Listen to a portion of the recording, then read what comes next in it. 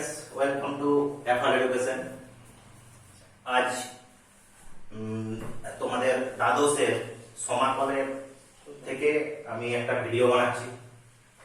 কয়েকটা সমাকলের আমি ভিডিও বানিয়ে দেবো পরপর, আশা করি তোমাদের উপকারে লাগবে।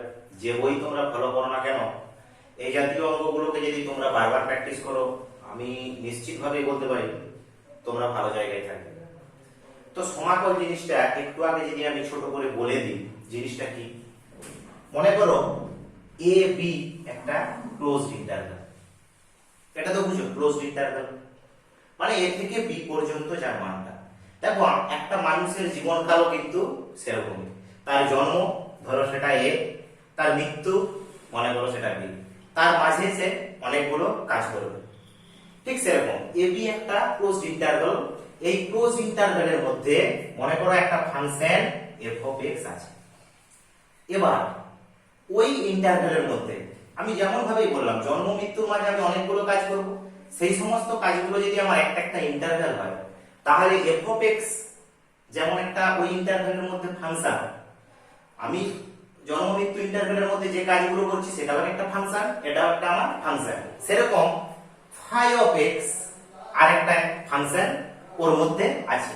কার মধ্যে? না এ বির মধ্যে। কিন্তু এই ফাই অফ এক্সটা কেমন ভাবে আছে না, এই ফাংশনটা ডেরিভেটিভ করলে যেটা পাবো সেটাই আমার এফ অফ এক্স। যদি এই আকারে থাকে ওই এ বির মধ্যে, তখন ফাই এক্স সমান কি হবে না, ফাই এক্স সমান আমরা যেটা লিখতে পারি সেটাই হচ্ছে আমার সমাকল, সেটাই হচ্ছে আমার সমাকল। ঠিক আছে, এখানে এফ অফ এক্স যেটা, এই এফ অফ এক্স টাকে আমরা বলি সমাকল্য। দেখো d d x of phi dot x মানে কি, d d x of phi of x, এটা তো সমানই এফ অফ এক্স। তাহলে এখান থেকে আমি লিখতেই পারি সমান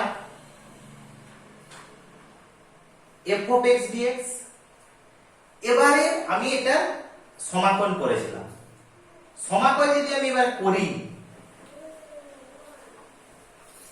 এর সঙ্গে সবসময় একটা কি চলে আসবে, সি, একটা ধ্রুবক। যে ধ্রুবকটাকে আমরা যদিচ্ছ ধ্রুবক বলি, সমাকল ধ্রুবক নামে পরিচিত। কেন? তাহলে এটা integration d of phi x মানে শুধু ফাই এক্স, আর এটা যেমন আছে।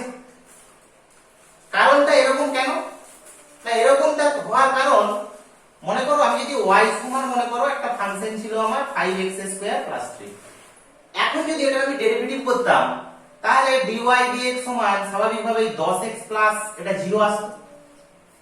তাহলে ইন্টিগ্রেশন যদি আমি করি, তখন তো ঘুরে আমি এটা পাবো, ওই ফাংশনটা পাবো।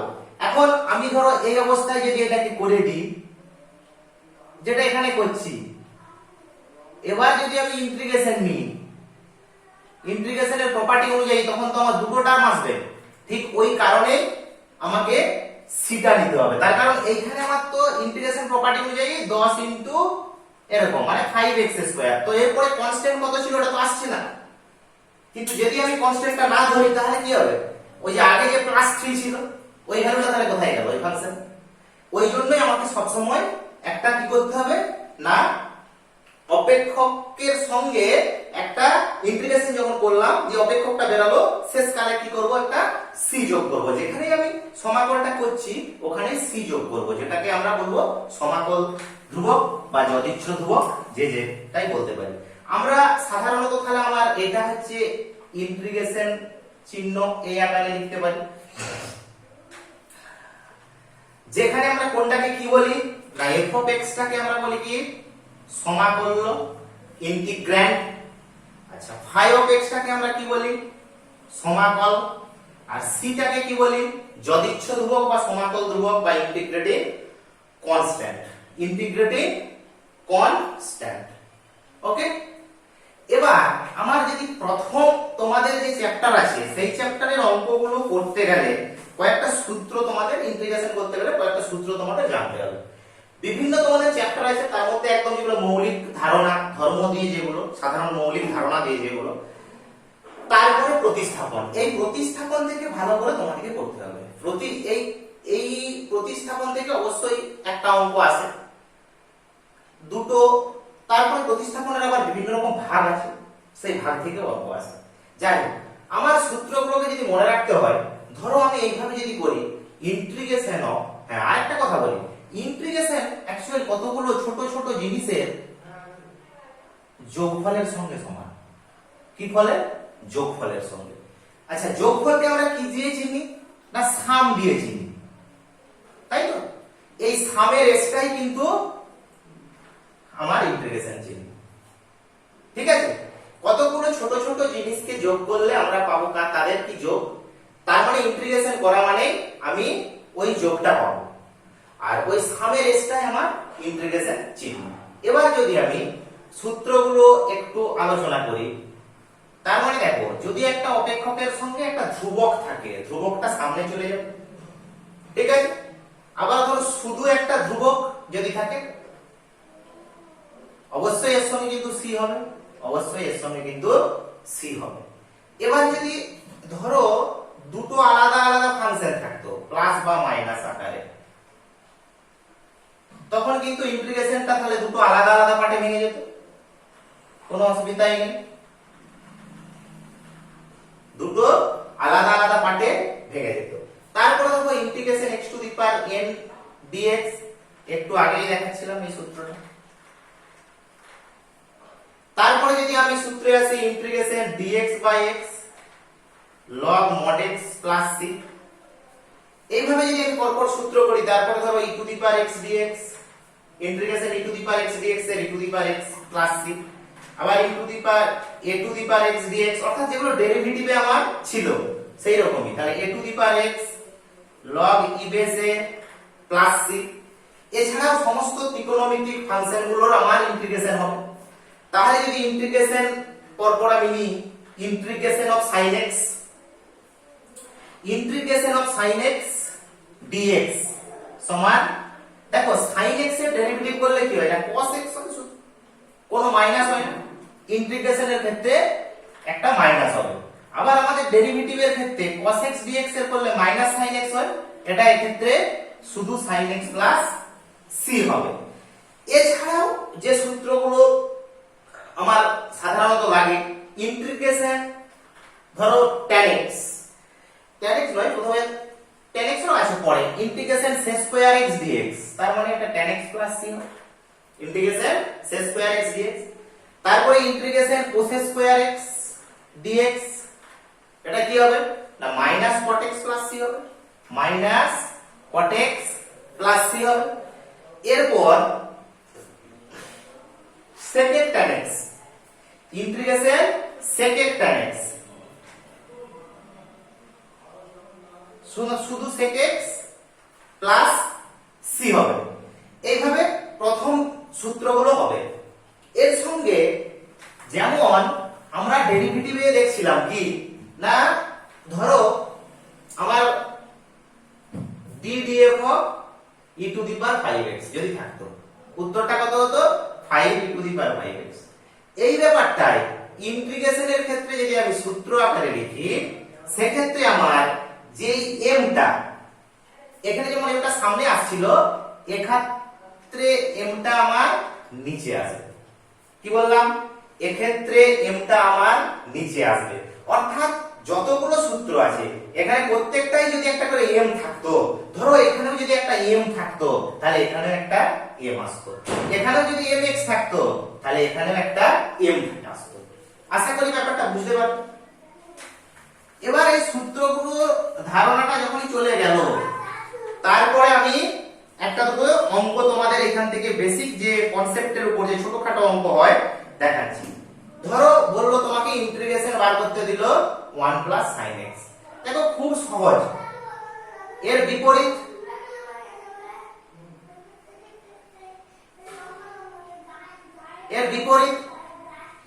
তাহলে বিপরীত করলে কত হবে?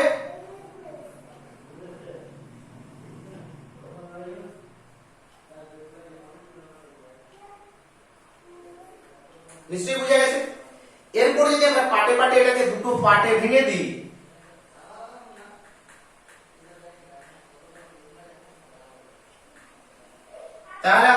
হবে sec স্কয়ার x dx আর এটা sec x tan x dx।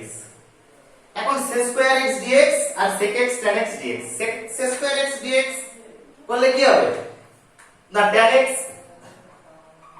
Minus x plus c, অবশ্যই প্লাস c এবং পাশে c সমান সমাকল ধ্রুবক এই কথাটি অবশ্যই উল্লেখ করবে, অবশ্যই উল্লেখ করবে, না হলে কিন্তু নাম্বার যাওয়ার সম্ভাবনা থাকবে।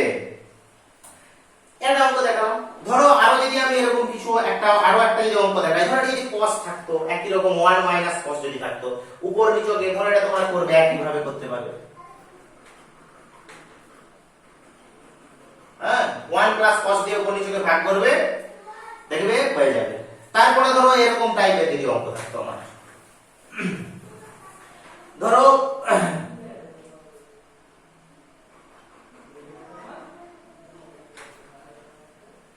इंटीग्रेशन cos x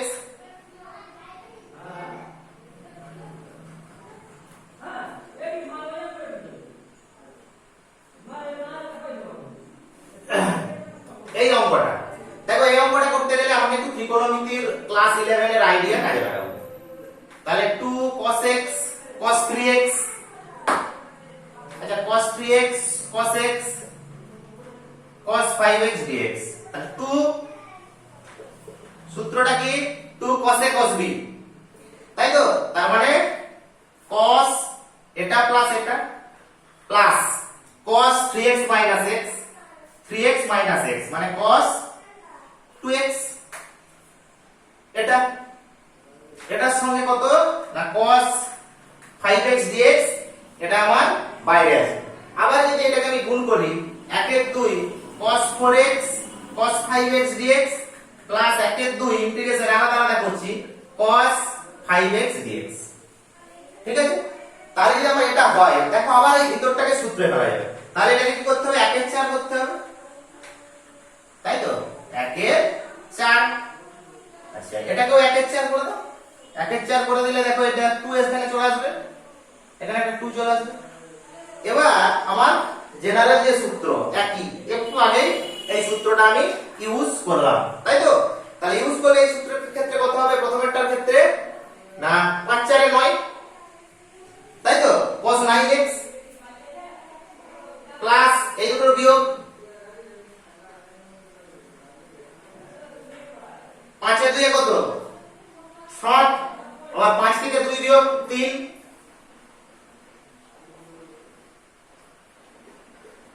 5 থেকে 2 বিয়োগ 3,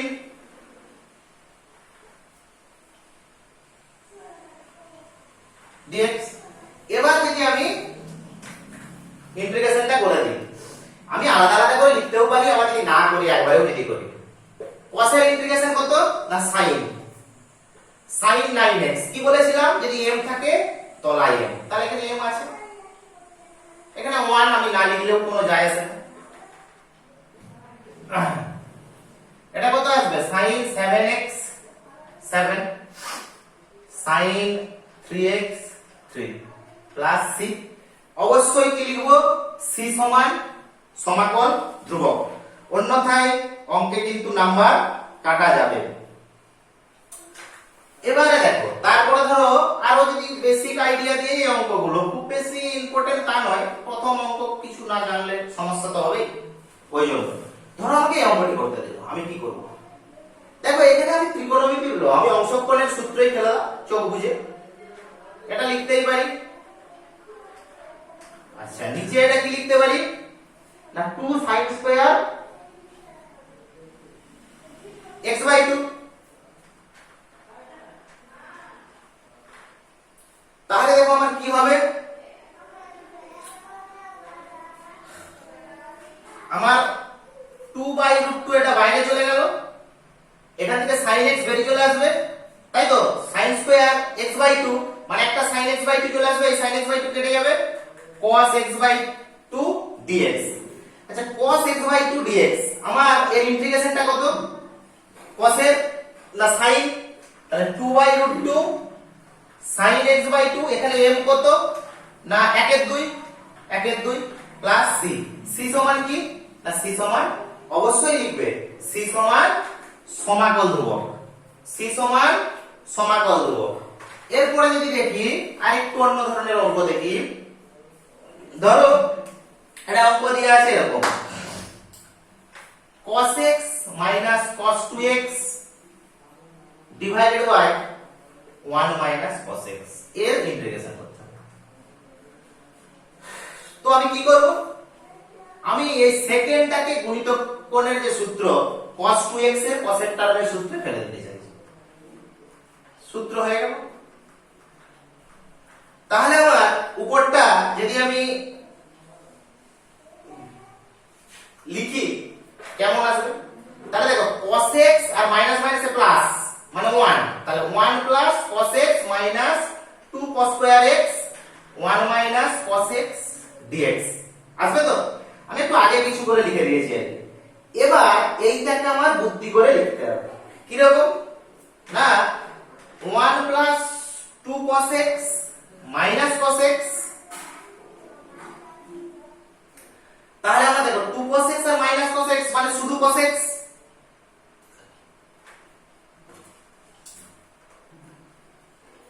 x square cos square x cos x dx।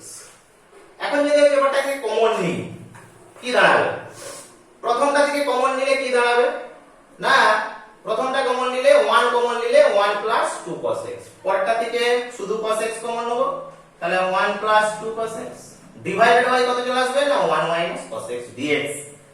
তাহলে দেখো এখানেও চলে আসছে আমার 1 minus cos x 1 plus 2 cos x 1 minus cos x কেটে গেল ইনটু dx, তাহলে 1 প্লাস 2 cos x dx। বাস এর ইন্টিগ্রেশন তো আমি সহজেই করে ফেলতে পারবো। তাহলে এটা আমার শুধু dx plus 2 cos x dx plus এখানে c বা পরে যদি c লিখি dx সমান তাহলে কত, dx মানে তার ইন্টিগ্রেশন করলে শুধু x আর cos x এর তো আমরা জানি sin x plus 2 sin x plus c, তাহলে আমার final answer x plus 2 sin x plus c এই জাতীয়। তারপর ধরো যদি আমার একটা এই জায়গা থেকে এই প্রথম প্রপার্টি দিয়ে একটা খুব ইম্পর্টেন্ট অঙ্ক আমার অনেকবার পরীক্ষায় এসেছে তোমাদের, সেটা হচ্ছে এই অঙ্কটা cos 2x minus cos 2 alpha divided by cos x minus cos alpha। দেখো এটাও একই জিনিস, cos 2x cos 2 alpha আমার গুণিতক কোণের যে সেই সূত্র ছিল না, সেই সূত্রে যদি আমি ব্যাপারটাকে ফেলে দিতে পারি তাহলেই আমার হয়ে যাবে। তাহলে ফেলতে গেলে দেখো এখানে একটা 1 প্লাস দরকার, এখানে একটা 1 প্লাস দরকার, ঠিক আছে। তাহলে আমি একটা 1 যোগ করছি, তার মানে একটা 1 বিয়োগ,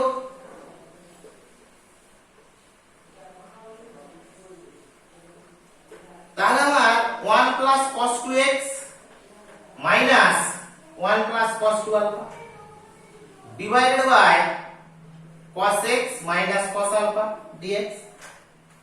ওকে, এবার 1 plus cos 2x 1 plus cos 2x টা আমার কিসের সূত্র না 2 cos স্কয়ার x,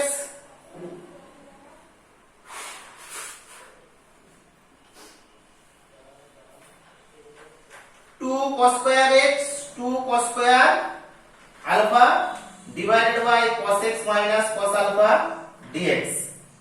তাহলে আমাদের উপর থেকে 2 বার করে দাও আর এটা ভেঙে দিলে cos x plus cos alpha cos x minus cos alpha divided by cos x minus cos alpha dx। এটা দেখো কেটে যাবে, কেটে গিয়ে আমার এখানে পড়ে থাকবে শুধু cos x plus cos alpha dx।